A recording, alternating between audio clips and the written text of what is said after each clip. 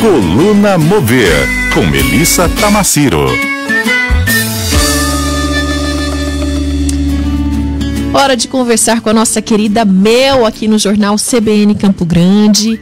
E aquelas conexões que só você, né, Mel, consegue fazer pra gente. E consegue fazer mesmo. São conexões que durante a conversa a gente vai vendo que uma coisa se interliga a outra. Bom dia.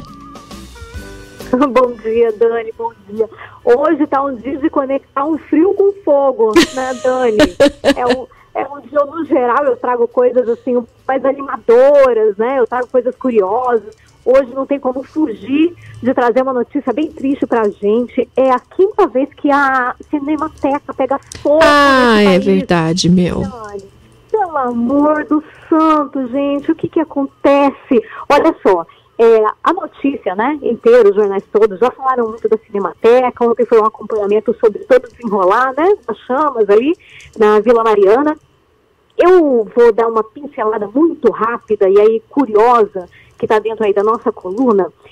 As cinematecas, ou os lugares que são feitos para preservar essa história do audiovisual, né, do que a gente produz, do que o homem produz como imagem em movimento.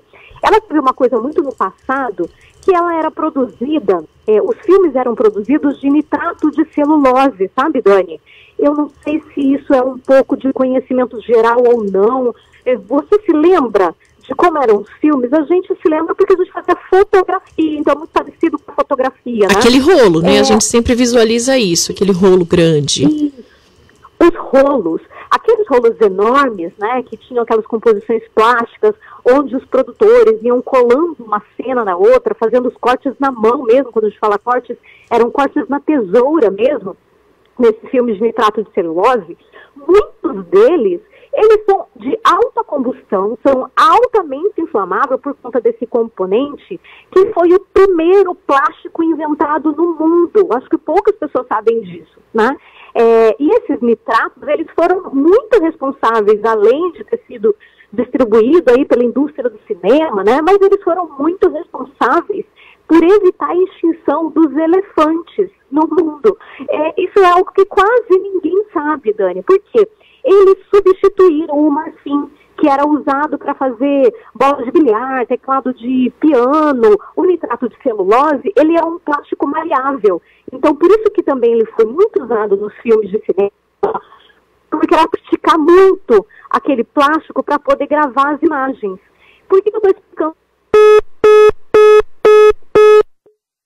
Perdemos o nosso contato com a Melissa Tamaciro, mas a gente vai retornar a ligação agora, né, para continuar, para que a Mel possa continuar falando aí na coluna dela, trazendo hoje uma notícia triste, né, que é a questão da Cinemateca. Novamente pegou fogo, era um prédio que estava abandonado. A CBN vem trazendo informações desde ontem em relação a isso, CBN Nacional, né, e a Mel, então, trazendo mais informações em relação para isso, falando dessa questão do material, né, usado para fazer os filmes, o material que estava armazenado lá. Oi, Mel, continuamos aqui então a nossa conversa.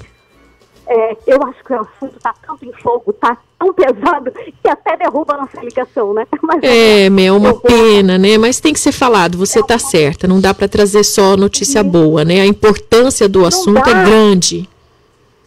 Isso, e é importante que as pessoas compreendam tanto o histórico, né, o porquê, a ciência, a história, e entendam o que é que a gente perde. Porque às vezes para a gente que está aqui em Mato Grosso do Sul, ou está longe, ou está em casa, a gente vê com pesar, mas a gente não tem a menor dimensão do tamanho do pesar, que é se perder patrimônio histórico nesse país. Então, eu vou usar como referência, Dani, um filme, Cinema Paradiso, de 1988, do Giuseppe Tornatore, tá? Do diretor italiano. Quem não assistiu, acho que muitos dos nossos ouvintes já devem ter assistido, porque é um classicíssimo do cinema, que tem aí toda uma história a desenrolar, né, do padre que proibiu os beijos no cinema, e aí aquele condutor que ia cortando as partes dos beijos já que eram proibidos, e que no final do filme ele cria um longa só de beijos clássicos de cinema e ao final isso tudo pega fogo por causa dos rolos de nitrato de celulose. É um filme maravilhoso, mas que dá pra gente entender o que aconteceu e o que pode continuar acontecendo se a gente não olhar com atenção para essa preservação nossa do audiovisual, sabe?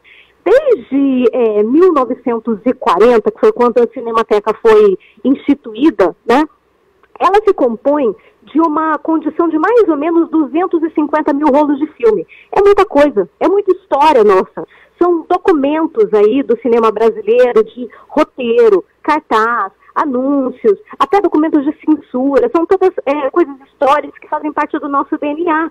E se a gente for pontuar o que já aconteceu com a Cinemateca, é um ato muito forte de resiliência e ressurgimento da cinza sempre. Por quê? Foi um movimento que iniciou clandestinamente em prol de debater arte política ali através do Clube de Cinema. Ela já foi um braço do Museu de Arte Moderna de São Paulo. Depois ela regressou para trazer de volta a sua autonomia lá em 56, como aí oficialmente Cinemateca Brasileira, para chegar em 84 e ser incorporado aí pelo governo federal. Foram ao total, considerando a data de ontem, 5 incêndios na Cinemateca, por conta de tudo isso que eu expliquei, da parte, né, muito do componente, mas também por conta de uma negligência muito forte que a gente tem com a preservação do nosso patrimônio, sabe, Dani? A gente teve em 57, em 69 perdendo mais de 2 mil filmes, em 82 perdendo mais de 1.500 filmes, em 2006, muito recentemente, perdendo mais de 1.000 filmes. Então, assim, é uma tragédia que se repete, sabe, Dani? E não tem como a gente não dizer, a gente está na para a história, mas também para referência do que a gente quer criar para o futuro, entendeu? Da nossa política de abraçar a nossa produção artística, né? A arquitetura ali da Cinemateca, só tudo isso que é produzido em arte, é uma arte por si só, porque é um terreno de 40 mil metros quadrados, tem um jardim enorme, cheio de árvores. Em 92, foi adaptado pelo arquiteto Nelson Dupré e restaurado pela arquiteta Maria Luísa Dutra, já recebeu grandes prêmios ali. O próprio arquiteto Dupré, ele tem uma coleção de prêmios aí por conta da Sala São Paulo de Concertos, ali da Estação Júlio Prestes, que está coladinha ali a Cinemateca. Então é muita história envolvida em tudo isso, sabe, Dani? É uma arquitetura, é um lugar que também comporta, fora os filmes, algumas artes contemporâneas de Gilberto Salvador, que foi um grande doador para a Cinemateca. Tem até uma peça assim, muito incrível ali, que é do José Rezende, do autor José Rezende, que é um quadro gigantesco capotado nos jardins, que representa essa coisa megalomaníaca linda da produção cinematográfica, né, que faz você entrar na aventura, cair no drama, enfim, é muita coisa.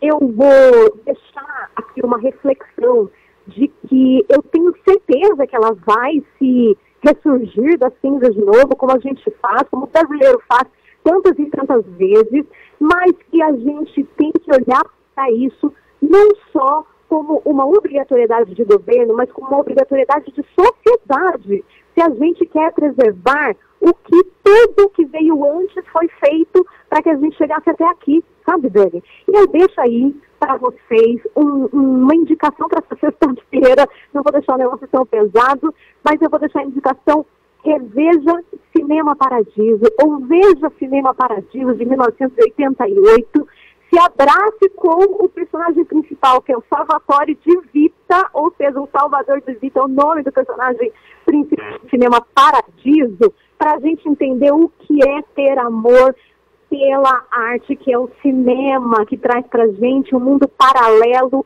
inacreditável, que faz a gente viajar pelo mundo, pelo planeta. E a gente precisa mesmo olhar para isso com mais carinho e com mais urgência, sabe, Dani? Eu deixo um beijo estarrecido e também uma condolência. Perdemos também uma outra pessoa tão importante para a gente, que foi o Namur, Arlindo Namur, né, fotógrafo, também aí do audiovisual. Fica aí para vocês uma reflexão nessa sexta-feira. Um beijo estarrecido, mas um beijo instalado. Não para todo mundo refletir e passar essa sexta-feira assistindo cinema em comemoração e memória à Cinemateca. Pois é, Mel, meus sentimentos também à família do Namur. E em relação a essa questão, antes de encerrarmos aqui a sua participação, eu só queria repercutir um pouquinho essa questão do valor que se dá aos nossos documentos, ao nosso passado, né? Quando a gente vai para outros países, ali, principalmente na Europa, por exemplo, a gente vê como eles cuidam do passado, como eles valorizam e transformam isso, inclusive, em algo econômico, né? Porque milhares de turistas visitam e conseguem acompanhar a história deles de uma forma tão próxima, muito por conta da valorização que eles dão e do cuidado que eles têm com o passado, né? Isso, Dani, e eu acho que tem uma coisa também, eu muito recentemente ganhei uma bolsa do consulado americano para participar de um curso de Advocacy para a Cultura.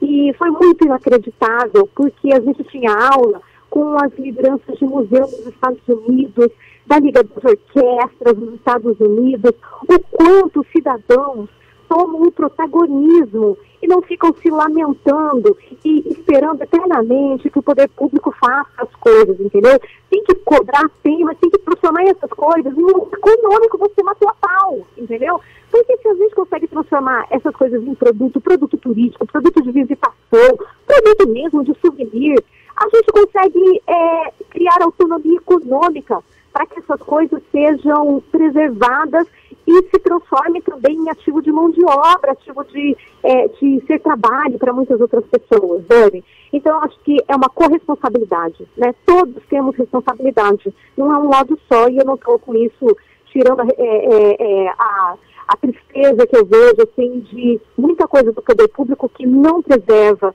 o nosso patrimônio histórico, mas estou dizendo que somos todos responsáveis, sabe? Com certeza, Mel.